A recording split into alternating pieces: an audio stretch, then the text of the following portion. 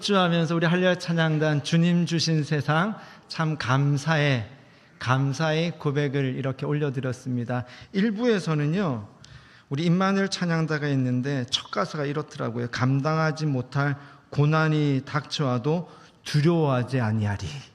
이렇게 그래서 하나님이 승리하시니 그 승리가 나의 승리다, 이런 어떤 찬양을 해서 1부 때는 고난 속에서도 승리하는 찬양을 드렸고, 2부 때 우리 할렐루야는 주님 주신 세상 다 감사해 하면서 감사를 올려드렸는데, 오늘 이 1부의 찬양과 2부의 찬양에 담겨있는 고백이 우리 모두의 고백이 될 줄 믿습니다.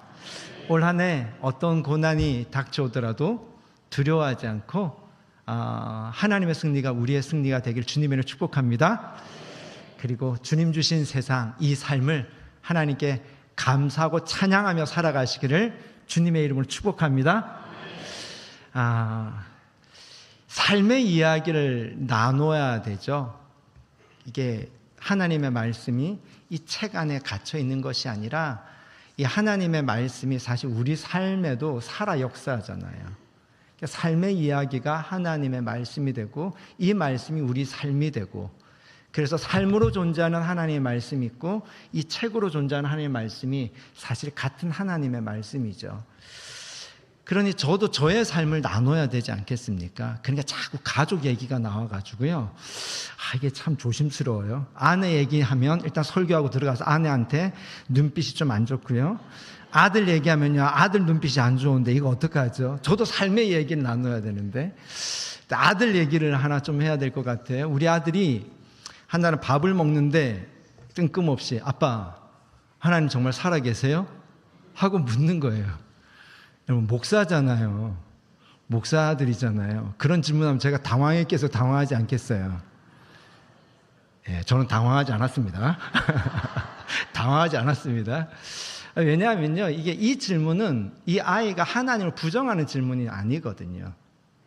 알고 싶은데 솔직히 잘 모르겠다라는 질문이에요. 건강한 질문이죠. 진짜 건강한 신앙은요, 무조건 믿는 신앙이 아니고요, 믿는 거는 믿음으로 받아들이지만 잘 모르겠어요 하는 거에 대해서는 질문하는 게 진짜 건강한 신앙입니다. 그리고 하나님도 우리에게 무조건 믿으라고 말씀하지 않았고요, 질문해라 라고 하시는 분입니다. 하나님하고 우리가 질문하는 거, 하나님 이거 왜 이런 거예요? 라고 묻는 거, 친한 관계예요? 안 친한 관계예요? 그러니까요, 질문을 한다는, 왜? 하나님이 대답이잖아요. 그러니까 대답이신 하나님과 관계를 맺는다라는 거, 우리는 질문하는 거죠. 얼마나 좋은 관계, 그렇지 않습니까? 근데 이게 우리 아들만 그런 게 아니고요, 여러분도 그러시죠? 질문 없습니까?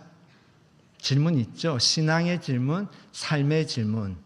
우리가 그런 거를 가지고 있는 거는요, 사실 우리의 신앙이 건강하고 살아있다라는 겁니다.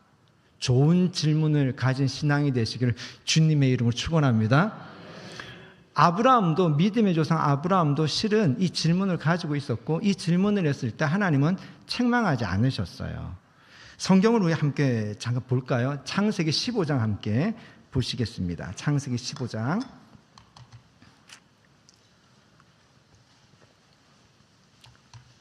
제 성경으로는 구약 성경 17페이지입니다. 창세기 15장. 이 제목에 보면 여호와께서 아브라함과 언약을 세우시다 이렇게 되어 있는데요, 아브라함이 이 본토 친척 아비지 갈대아 우르를 떠날 때가 75살이었거든요. 근데 그 떠날 때 하나님이 아브라함에게 몇 가지 약속을 하셨어요. 자손을 주겠다는 약속도 했고, 땅을 주겠다는 약속을 했고, 복을 주겠다는 약속, 이 약속을 했죠. 그런데 시간이 아무리 지나도요, 하나님이 자손을 줄 기미가 안 보여요.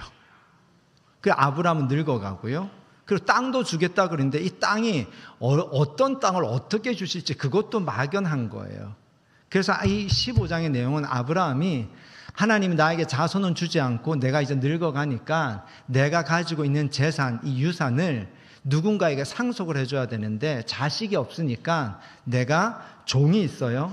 이 다메섹 사람 엘리에셀이라는 종에게 이걸 상속해 줘야겠다라고 그렇게 결심을 했습니다. 그때 하나님이 4절에 보니까요, 같이 한번 읽어볼까요? 4절에 여호와의 말씀이 그에게 임하여 이르시되 그 사람이 내 상속자가 아니라 내 몸에서 날 자가 내 상속자가 되리라 하시고, 상속자 아니야, 너 자식 분명히 내가 줄 거야, 이 뜻이죠. 5절 함께 볼까요? 그를 이끌고 밖으로 나가 이르시되 하늘을 우러러 무뼈를 셀 수 있나 보라. 또 그에게 이르시되 내 자손이 이와 같으리라. 와, 한 명도 안 생겼는데 별을 보면서 별을 보라고 하시고 별처럼 많아질 거다라는 이 말씀을 해요. 믿겨져요, 안 믿겨져요? 안 믿겨져요. 고맙습니다. 안 믿겨져요. 근데 아브라함은 어떻게 했을까요? 믿었어요. 6절 함께 볼까요? 시작. 아브라함이 여호와를 믿으니 여호와께서 이를 그의 의로 여기시고. 정말 대단한 믿음이죠. 한 명도 없는데 하늘의 별과 같을 거다는 이 말씀을 믿었어요. 그 믿음을 하나님이 의롭다고 여기셨다라는 거예요. 그러면 아브라함은 하나님이 말씀하시는 것을 다 믿기만 했을까? 그 다음에는 땅에 대한 내용이 나옵니다. 7절을 함께 같이 읽어봅시다. 시작. 또 그에게 이르시되 나는 이 땅을 내게 주어 소유를 삼게 하려고 너를 갈대아인의 우르에서 이끌어낸 여호와니라. 땅에 대한 얘기를 해요. 75살에 떠날 때에도 땅에 대한 약속을 했거든요. 근데 이거에 대해서 아브라함의 반응은요, 정말 반가운 반응이에요. 8절 함께 읽어보겠습니다. 시작. 그가 이르되 주 여호와여 내가 이 땅을 소유로 받을 것을 무엇으로 알리이까? 믿는다라는 거예요? 질문을 하는 거예요? 믿겠다라는 거예요? 잘 못 믿겠다라는 거예요? 알겠다라는 거예요? 모르겠다라는 거예요? 모르겠다라는 거예요. 하나님께 지금 믿음의 조상 아브라함이 뭐 하고 있습니까? 아멘 하지 않았어요? 뭐 했죠? 질문했어요. 하나님, 자꾸 이 땅을 내가 갈 때마다, 그러니까 이 앞에 12장부터 요 14장까지 보면 하나님 몇 번이나 말씀하세요. 갈대 우르를 떠나가지고 세겜 땅에 도착하니까 이 땅을 너와 내 자손에게 주리라 말씀을 하셨어요. 그래서 아브라함이 제단을 쌓았어요. 이집트로 내려갔다가 다시 올라왔어요. 올라와가지고 롯하고 헤어져요. 그리고 난 이후에 동서남북 사방을 막 둘러보라 하나님 말씀하시며 이 땅을 너와 내 자손에게 주리라. 그러니까 가는 곳마다 자꾸 하나님이 이 땅을 너와 내 자손에게 주리라고 말씀하는데 또 그 말씀을 하시는 거예요. 내가 이 땅을 주려고 너를 갈대 우에서 불러냈다. 아브라함이 잘 모르겠는데요, 이 얘기를 하는 거예요. 질문을 하죠. 그러니까 건강한 신앙은요, 하나님의 말씀을 아멘하고 믿는 신앙도 좋은 건강한 신앙이지만 또 하나 우리는 어떤 신앙을 가지고 있어야 되냐면요, 건강한 하나님께 대해서 건강한 질문을 하는 신앙, 이 두 개가 같이 있는 것, 이것이 사실은 건강한 신앙입니다. 질문이 없이 무조건 믿는 신앙, 이게 세뇌된 신앙이잖아요. 이게 사고를 못 하잖아요. 무조건. 살아있는 신앙, 인격적인 신앙, 건강한 신앙은요, 하나님의 말씀을 믿는 것과 함께 하나님의 말씀에 대해서 하나님을 신뢰함으로 건강하게 질문하는 이 신앙, 이 두 개가 사실 같이 있는 것이 건강한 신앙이라는 것을 지금 아브라함이 우리에게 보여주고 있습니다. 아멘. 질문을 한다라는 것은 불신앙이 아니라 하나님 더 알고 싶어요 라고 하는 믿음의 소망을 말하는 거죠. 아브라함이 이걸 어떻게 더 알 수 있죠? 라고 합니다. 이때요, 하나님의 대답도 두 가지로 나누어져요. 자손에 대해서 하나님은 말씀하셨어요. 하나님의 대답도 말씀으로 하는 대답이 있는가 하면 이 말씀으로 해가지고 안 되는 대답은 하나님이 행동으로 하나님이 삶으로 보여주십니다. 아들이 저한테 물어봤어요. 아빠, 하나님 정말 살아계세요? 라고 질문했는데 제가 성경책을 가져다가 야, 성경 봐라. 이러면 이 아들이 이걸 납득할까요, 안 할까요? 이 아들 입장에서는 교회 갔으니까 맨날 하나님 살아계시대, 하나님이 나를 사랑하신대, 하나님 기도를 들어주신대, 맨날 그 얘기를 듣는데 솔직히 잘 모르겠다라고 온 아들한테 성경책을 펴고 봐라. 여기에 하나님 말씀하시잖아요. 이러면 여러분 납득이 돼요, 안 돼요? 안 돼요. 똑같아요. 아브라함이 지금 하나님께 얘기하고 있어요. 이 땅을 자꾸 주신다는데 그 땅을 받을 걸 제가 어떻게 알죠? 라고 묻는데 하나님이 내 말은 변함이 없다. 이렇게 하면 아브라함이 믿어지겠어요? 몇 번이나 말씀으로만 들었는데 그 다음에 하나님이 뭔가 다른 식의 대답을 하셔야 되지 않겠습니까? 하나님이 그렇게 다른 식의 대답을 합니다. 그게 어디 나오냐면 9절에 나와요.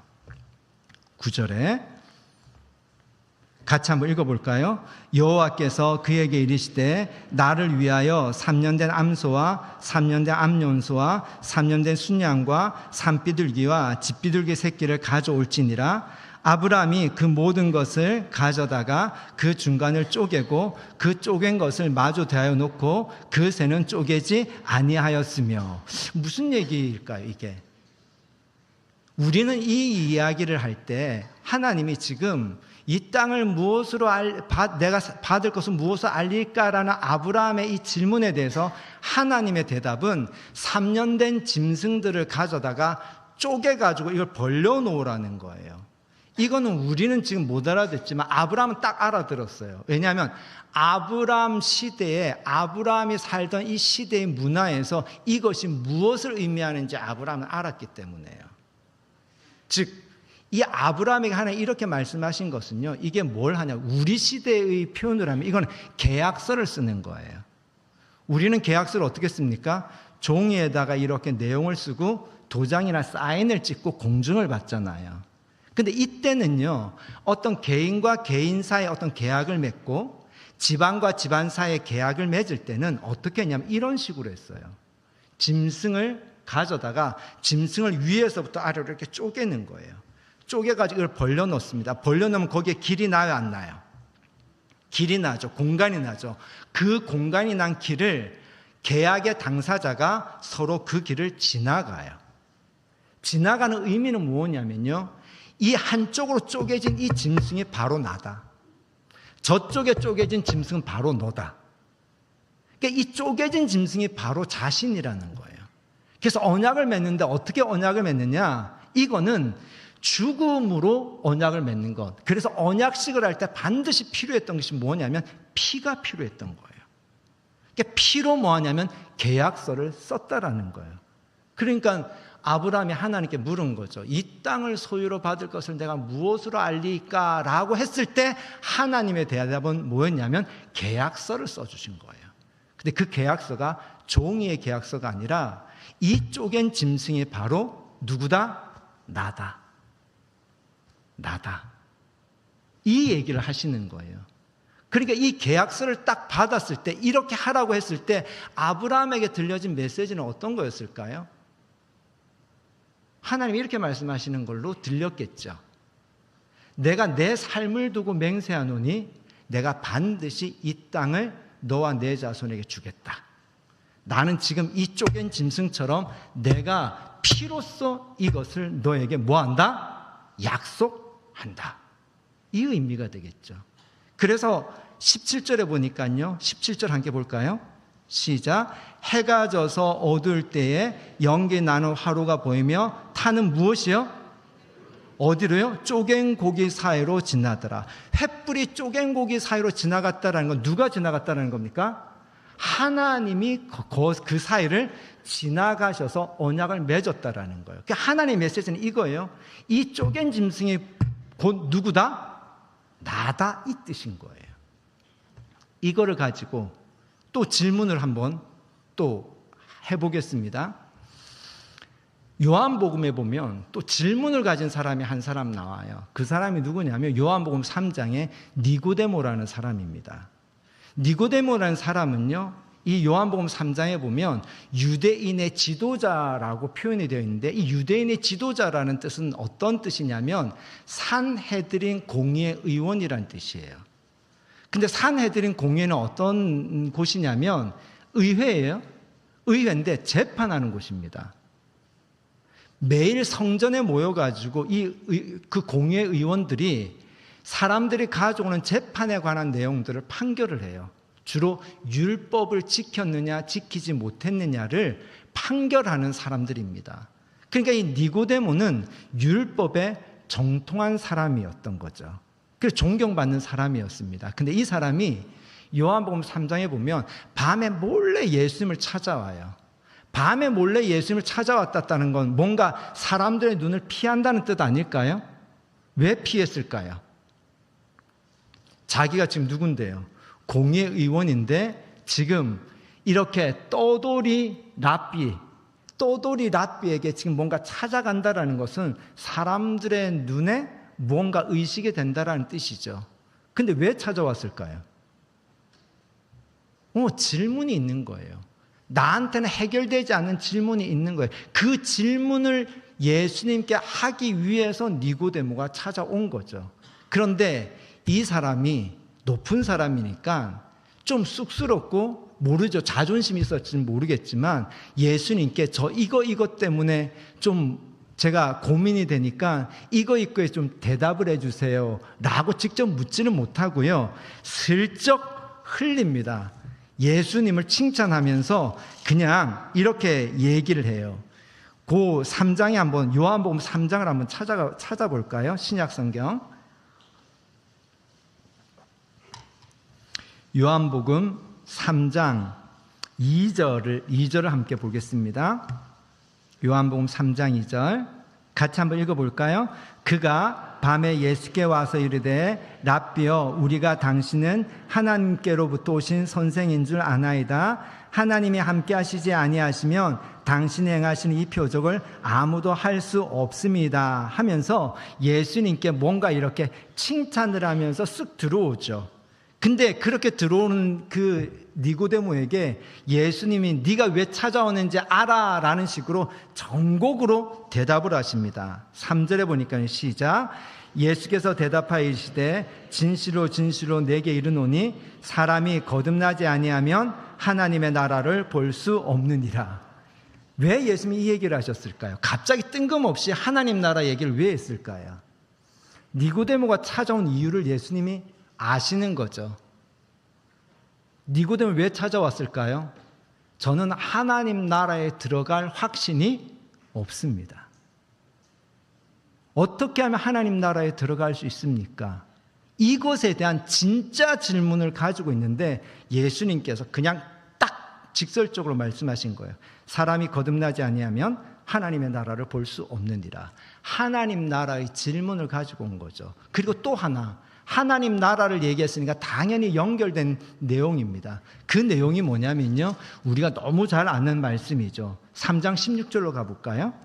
뒤에 16절 함께 읽겠습니다. 하나님이 세상을 이처럼 사랑하사 독생자를 주셨으니 이는 그를 믿는 자마다 멸망하지 않고 영생을 얻게 하려 하심이라. 우리는 이것을 혹시 어릴 때부터 교회 다닌 우리 성도님들은 늘 외워왔던 말씀이잖아요. 지금도 반드시 암송해야 될 성경 구절이라고 생각을 하잖아요. 근데 이 구절이 지금 누구에게, 예수님이 누구에게 한 말씀일까요? 네, 니고데모에게 한 말씀이에요. 니고데모에게요. 그러면 니고데모에게 이 말씀을 했다라는 것은 니고데모는 예수님께 어떤 질문을 가지고 나왔다라는 거죠? 영생에 대한 질문, 영원한 생명에 대한 질문을 가지고 나왔다라는 거예요. 어떻게 하면 내가 영원한 생명을 얻을 수 있습니까? 라는 질문을 가지고 나온 거죠. 그런데 이걸 조금만 더 묵상해 보면요, 이 니고데모 이야기는 마태, 마가, 누가복음에 나오지 않고요, 요한복음에만 나옵니다. 이 얘기는요, 니고데모의 이야기가 요한에게 매우 특별하게 인상에 남고 기억에 남는다는 뜻이에요. 왜 요한이 이 니고데모 이야기가 특별하게 기억에 남고 특별한 의미가 되어서 마태, 마가, 누가복음에 없고 요한복음에만 유일하게 이 내용이 기록되었을까요? 니고데모의 고민이 누구의 고민이었을까요? 요한은 자신의 고민이기도 했다라는 겁니다. 요한도 뭐가 궁금했을까요? 어떻게 하면 내가 하나님 나라에 들어갈 수 있을까? 어떻게 하면 하나님 나라를 상속받을 수 있을까? 어떻게 하면 내가 영원한 생명을 얻을 수 있을까? 이 질문을 요한도 가지고 있는데 어느 날 니고데모가 예수님을 찾아와서 하는 얘기를 보니까 저건 내 얘기인데? 이거죠. 그런데 문제는 이거예요. 이때 예수님이 말로 대답을 해주셨어요. 말로 대답할 때 니고데모와 옆에 있던 요한이 예수님의 이 말을 알아들었을까요? 못 알아들었을까요? 제가 이렇게 묻는 이유는 알아들었기 때문에 여러분에게 여쭤보겠습니까? 못 알아들었기 때문에 여쭤보겠습니까? 네. 이런 패턴만 알아도 정답을 잘 찾을 수 있을 것 같죠? 못 알아들어요. 이게 사실은 정상입니다. 실제로 한번 또 볼까요? 그 위에 요한복음 2장 22절 함께 위에 볼까요? 요한복음 2장 22절 시작. 죽은 자 가운데서 살아나신 후에야 제자들이 이 말씀하신 것을 기억하고 성경과 예수께서 하신 말씀을 믿었더라. 성경과 예수께서 하신 말씀을 믿었더라. 언제 믿었더라? 기억하고. 그럼 언제 기억했다라는 거예요? 죽은 자 가운데서 살아나신 후에야. 나중에야. 그러니까 제자들은 예수님과 3년 동안 사역을 하고 3년 동안 살면서 예수의 말씀을 들었지만 사실 그때는 무슨 말인지를 알아듣는다 못 알아듣는다? 대부분을 못 알아들었다는 얘기예요. 그 예수의 말씀, 그 사역의 의미가 무엇인지를 사실은 잘 못 알아듣고요. 나중에야 알아듣게 되는 거죠. 그 얘기를 하는 거예요. 그러니까 니고데모와 이 요한의 이 질문도 똑같은 거예요. 니고데모가 그 하나님의 나라와 영원한 생명에 대해서 질문을 가지고 왔을 때 예수님이 해준 말을 못 알아들은 거예요. 즉 요한복음 3장 16절의 내용이 뭔지를 그때는 모르는 거예요. 그 앞에 보니까요. 3장 14절과 15절 봅시다. 요한복음 3장 14절과 15절 시작. 모세가 광야에서 뱀을 든 것 같이 인자도 들려야 하리니 이는 그를 믿는 자마다 영생을 얻게 하려 하심이라. 도저히 알아들을 수 없는 말을 계속하는 거예요. 뭐지? 모세가 광야에서 뱀을 든 것 같이. 이 뱀은 뭐죠? 이스라엘 백성들이 하나님을 원망했을 때 하나님이 그 원망하는 이스라엘 백성들에게 벌을 주셨죠. 불뱀을 보내서 가지고 불뱀이 이스라엘 백성을 물고 다니면서 사람들이 막 죽어갑니다. 그때 모세가 하나님 앞에서 이 백성들 대신해서 중보하며 회개했어요. 그때 하나님께서 노수로 뱀을 만들어라 라고 하셨고요. 그 노수로 뱀을 만들어서 그것을 높이 세웠어요. 그래서 뱀에 물려서 죽어가는 자들이 그 높이 들린 그 불뱀을 보기만 하면 그 죽어가던 사람들이 낫게 하는 하나님의 은총을 베풀어 주신 거예요. 그러면서 예수님이 그걸 하는 거예요. 모세가 광야에서 뱀을 든 것 같이 인자도 어떻게 해요? 그렇게 놋뱀처럼 어떻게 해요? 들려야 한다라는 거예요. 그리고 사람들이 어떻게 해요? 놋뱀을 바라볼 때 나음을 잇는 것처럼 사람들이 나를 보고 믿을 때 어떻게 해요? 영생을 얻게 할 것이다라는 거예요. 이 말을 알아들었을까요? 못 알아들었을까요? 못 알아들었습니다. 못 알아들었어요. 그럼 언제 알아들었을까요? 예수님이 죽고 난 이후에 부활하시고 난 이후에 그것이 알아들었겠죠. 요한에게는 예수님의 죽음이 다른 제자들도 마찬가지잖아요. 모든 복음서 끝에 가면 예수님이 십자가에서 고난당하고 죽으시는 이야기가 나옵니다. 근데 예수님이 죽고 났을 때 대부분의 제자들의 반응은 어떻게 합니까? 예수님을 부인하고 도망가고 그리고 실망해서 고향으로 돌아가고 숨어 있습니다. 그 얘기는 뭐냐면요. 예수님의 십자가의 죽음을 제자들이 도저히 몰랐다라는 거예요. 근데 나중에 예수님의 부활하시고요. 그리고 그들에게 성령이 임하면서요. 예수님의 죽음이 도대체 어떤 의미가 있는지를 이 제자들이 알게 되는 거죠. 알게 되면서 예수님이 살아생전에 하신 말씀이 어떤 말씀인지 그때서야 깨닫고 믿어지기 시작했다라는 거예요. 그러면 제자들에게 예수님의 죽음은 어떻게 다가왔을까요? 복음서 모든 부분에 한결같이 나오는 것은요, 예수님의 제자가 죽음이 그들에게는 구약에 있는 제사와 연결이 되는 거예요. 제사는 뭐죠? 희생 제물을 드리는 거잖아요. 그런데 그들에게는 늘 제사라고 그러면은 짐승을 바쳐서 드리는 희생 제사라고만 생각했는데, 예수님의 죽음의 의미가 그것이 무엇으로 받아들여졌냐면요, 바로 예수님은 바로 하나님과 우리 사이에서 드려진 희생 제물. 근데 그것이 짐승이 아니라, 그래서 해마다 매일 새롭게 드리는 짐승의 희생제사가 아니라 한 번 드리는 제물인데 영원하고 완전한 제물이라는 것. 그래서 예수님의 죽음을 무엇을 통해서 알게 되었냐면, 구약에 그들이 드리고 있던 희생제사의 메시지를 통해서 예수님의 죽음의 의미가 깨달아진 거예요. 그래서 성경은 뭐라고 얘기해요? 예수님이 화목제물이었다. 화목제물이었다. 이렇게 이야기를 하지 않습니까? 그런데 오늘 제가 여러분하고 나누고 싶은 것은요, 아브라함의 질문하고 이 니고데모와 요한이 가지고 있던 질문 사이에 연관성이 있다라는 겁니다. 왜 연관성이 있을까요? 아브라함이 하나님께 물었어요. 이 땅을 내가 소유로 받을 것을 무엇으로 알리까 했을 때, 구약에서 희생제사는 나중에 신약에서 예수님이 십자가에서 죽으시는 이 죽음에 대한 예표의 역할을 하거든요. 마찬가지로요, 구약에서 가나안 땅은 신약에서 우리에게 하나님의 나라를 예표하고 의미하는 거거든요. 그럼 이렇게 되는 거죠. 아브라함이 이 땅을 소유로 받을 것을 내가 무엇으로 알리까? 이 질문을 그대로 신약으로 간다면요, 니고데모가 제가 어떻게 하나님의 나라를 상속받을 수 있습니까? 내가 어떻게 하나님 나라에 들어갈 수 있습니까? 이 질문을 하는 것과 똑같은 거죠. 근데 하나님께서 아브라함에게 이 땅을 소유로 받을 것을 무엇으로 알리까 하는 이 아브라함에게 하나님이 하신 대답은 뭐였어요? 짐승을 가져다 쪼개고 그 짐승으로 하나님 뭐 하셨습니까? 언약하셨잖아요. 동일하게 하나님은 이 니고데모의 질문에 대해서 어떻게 대답을 했을까요? 아브라함에게 하나님이 쪼갠 짐승으로 언약했던 것처럼 하나님은 아브라함에게, 요한에게 어떻게 대답하냐면, 당신의 몸을 쪼개어서 당신이 피를 흘림으로써 약속, 언약, 계약을 하신다라는 거예요.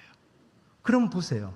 하나님이 피를 흘리는, 당신의 몸을 쪼개는 언약을 하려면 하나님이 하늘에 계셔야 돼요? 땅에 계셔야 돼요? 영이어야 돼요? 육신이어야 돼요? 육신이어야 돼요. 그게 요한이 고백하는 거예요. 말씀이 육신이 되어 우리 가운데 거하심에 우리에게 영원한 언약, 그래 너희 확신이 없지, 하나님의 나라를 유업으로 받을 것에 대한 확신이 없지, 영원한 생명을 얻을 것에 대한 확신이 없지, 그것에 대해서 내가 무엇을, 너희의 믿음의 근거는, 너희의 믿음의 근거, 하나님의 나라를 유업으로 상속받는 것의 믿음의 근거, 영원한 생명을 얻는다는 이 믿음의 근거는 어디에 있냐면 하나님의 약속에 있다라는 겁니다. 그 약속, 하나님의 약속이 내가 하나님의 나라를 상속받는 믿음의 근거이고, 내가 영원한 생명을 얻었다는 믿음의 근거가 되는 거죠. 근데 그 약속을 하나님이 뭘로 하셔야 되면 피로 하셔야 되는 거예요. 피로 하려면 영이 아니라 어떻게 해요? 우리와 같은 사람으로 오셔서 당신이 뭐가 되어서요? 언약의 희생 제물이 되어서 당신이 찢기고 당신이 쪼개어져서 당신이 피를 흘림으로, 무엇을? 언약의 피를 흘림으로써 우리에게 하나님의 나라를 주시는 믿음의 근거, 언약이 되시고, 우리가 영원한 생명을 얻게 되는 믿음의 근거가 되는 언약이 되신다라는 거예요. 아멘. 그러니까 예수님은 이렇게 하신 거죠. 우리가 어떻게 하나님 나라를 상속받습니까? 라는 이 대답에 대해서 내가 말했잖아, 이걸로 말로 대답하시는 것이 아니라 뭘로 대답하십니까? 말씀이 육신이 돼요. 육신이 되어서 대답을 하신 거예요. 육신이 되어 뭘로 대답하셨습니까? 당신이 언약의 희생 제물이 되어서 피를 흘리면서 약속을 하신 거예요. 그래서 니고데모에게 얘기하는 거예요. 모세가 광야에서 뱀을 높이 든 것처럼 인자도 들려야 하리니 나를 믿는 자는 영생을 얻으리라. 우리가 묻는 거죠. 어떻게 영생을 얻습니까? 어떻게 하나님의 나라를 상속받습니까? 이 질문에 대한 하나님의 답은요, 말로 하신 것이 아니라 당신이 육신이 되어서 삶으로 그것을 대답하셨다라는 겁니다. 아멘. 여러분에게 스스로 물어보세요. 여러분, 하나님의 나라를 상속받았다라는 믿음의 확신이 있습니까? 여러분은 하나님의 나라, 천국에 간다라는 확신이 있으십니까? 그 믿음의 근거가 어디에 있습니까? 그 믿음의 근거가 어디에 있습니까? 아브라함하고 똑같은 거예요. 자꾸 하나님이 땅을 나에게 주신다라고 하는데 저 잘 모르겠어요 라고 하잖아요. 그건 이 믿음의 근거가 저는 어디에 있는지 잘 모르겠어요 라고 했을 때 하나님의 대답은 네 믿음의 근거를 어디다 두라? 내 언약에 두라 라고 하는 말씀이에요. 그러면 동일하게 우리도 마찬가지입니다. 내가 하나님의 나라를 상속받아서 이 땅에서 하나님의 나라의 것을 구하며 하나님의 나라의 것으로 살아가는 것, 죽어서 하나님의 나라에 가는 것, 영원한 생명을 얻는 내 믿음의 근거는 어디에 둬야 돼요? 내 경험과 감정과 내 생각에 두는 것이 아니라 영원한 언약의 죽음이 되어주신 예수 그리스도의 십자가에 두는 것, 이것이 우리 믿음의 근거인 거죠. 그러므로 믿음의 근거는요, 내 감정도 아니고요, 내 이성도 아니고요, 내 경험이 아닙니다. 우리 믿음의 근거는요, 영원히 변하지 않는 육신이 되어서 언약의 피로 찢겨서 피를 흘리신 영원한 언약으로 죽으신 십자가, 그 십자가 예수님이, 그 예수님의 언약이 우리 믿음의 근거라는 거죠. 그러므로 그 십자가의 예수를 바라봄으로 우리는 하나님의 나라를 나는 상속받은 자구나, 나는 하나님 나라에 들어갈 수 있구나, 나는 영원한 생명을 얻었구나. 예수님이 이 대답을 하신 거죠. 이거를 언제 알았을까요? 나중에 니고데모도 알고 나중에 요한도 알게 되었다라는 겁니다. 다시 첫 질문으로 가볼게요. 우리 아들이 물었어요. 아빠, 하나님이 정말 살아계세요? 라고 물었어요. 그때 제가 뭐라고 대답했을까요? 성경을 갖다 놓지 않았습니다. 마치 하나님이 아브라함에게 말로 대답한 것이 아니라 실제적인 언약으로 대답을 하시고, 예수님이 니고데모와 요한에게 말로 대답한 것이나 나중에 결국 뭘로 대답했을까요? 당신의 삶을 통해서 대답을 한 것처럼요. 제가 아들에게 그렇게 했습니다. 아빠가 어떻게 살아왔는지 봤지? 우리 가정이 지금까지 어떻게 살아왔는지 너 다 봤잖아. 거기 하나님이 살아계셔. 이게 우리의 대답인 거죠. 요한복음은요, 계속 우리에게 말씀이 육신이 된 것, 삶으로서의 말씀을 계속 이야기합니다. 실제로 요한복음 결론에 가면요, 예수님이 제자에게 이렇게 물어요. 베드로에게 이렇게 묻죠. 네가 나를 사랑하느냐라고 묻습니다. 그때 베드로가 대답을 하죠. 네, 제가 주님을 사랑합니다 라고 대답을 하는데 예수님이 그래, 이렇게 대답하지 않아요. 뭐라고 얘기합니까? 내 양을 먹여라 라고 합니다. 뭘로 대답하라는 거죠? 말로 대답하지 말고 내 양을 먹이라, 형제를 돌보라, 삶으로 대답하라는 겁니다. 삶으로 대답을 하라는 거죠. 올 한 해 우리가 특별 새벽 기도를 하면서 시작했습니다. 말씀이 삶이 되는 기도. 이것은 2주간의 기도 제목, 기도의 훈련이 아니라 우리 평생에 해야 될 기도 훈련이죠. 또 삶의 방향이고 신앙의 방향입니다. 말씀이 삶이 될 때 우리의 삶이 또 말씀이 됩니다. 저와 여러분이 그런 신앙을 살았으면 좋겠습니다. 말씀이 내 삶이 되고 내 삶이 또 하나님의 말씀이 되는 그런 삶을 살았으면 좋겠습니다. 아멘.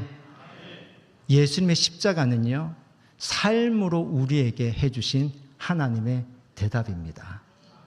그 예수님을 바라보면서 여러분이 또 예수님과 같은 희생의 제물이 되어서 살아갈 때, 누군가가 예수님의 십자가는 성경에 나와 있는 이야기가 아니라 우리의 삶이 십자가를 지는 우리의 삶을 보면서 십자가가 이런 거구나. 우리의 삶을 통해서 예수님의 십자가를 볼 수 있는 것. 그런 저와 여러분의 신앙이 되었으면 좋겠습니다. 기도하시겠습니다.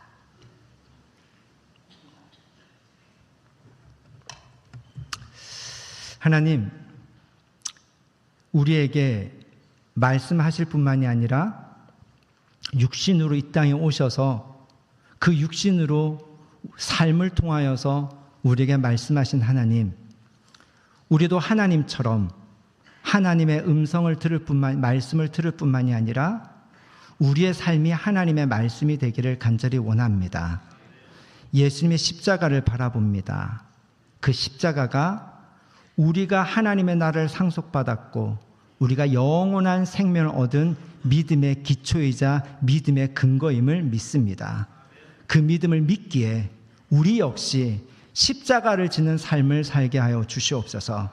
십자가를 지는 우리의 삶을 통해서 2000년 전 예수 그리스도의 십자가가 오늘 우리의 삶을 통해서 누군가에게 살아있는 십자가의 말씀으로 증거되게 하여 주시옵소서.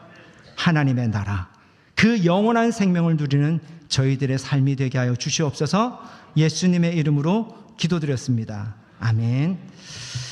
우리 주신 말씀 우리 묵상하면서 고백하며 우리 주님의 말씀이 함께 찬양하겠습니다. 내 삶에 들어온